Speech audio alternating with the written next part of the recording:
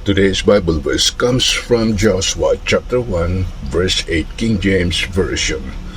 This book of the law shall not depart out of thy mouth, but thou shalt meditate therein day and night, that thou mayest observe to do according to all that is written therein. For then thou shalt make thy way prosperous, and then thou shalt have good success. Joshua 1:8 instructs believers to constantly engage with God's Word through speaking and meditation, and to live according to its teachings.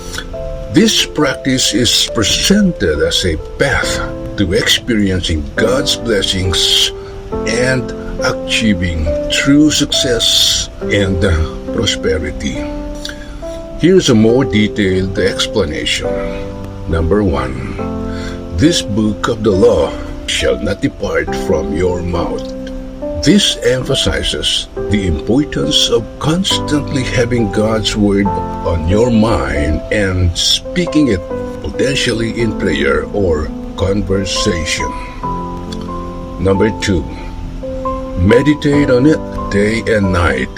This highlights the need for deep reflection on God's Word, allowing it to shape your thoughts and actions according to some Bible commentaries. Number 3. So that you may be careful to do everything written in it. This stresses the importance of obedience and putting God's Word into practice in your daily life. And number 4. Then you will be prosperous and successful.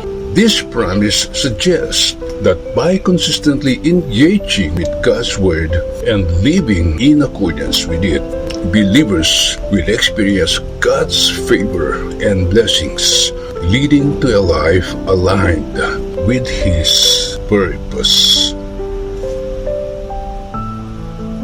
Amen.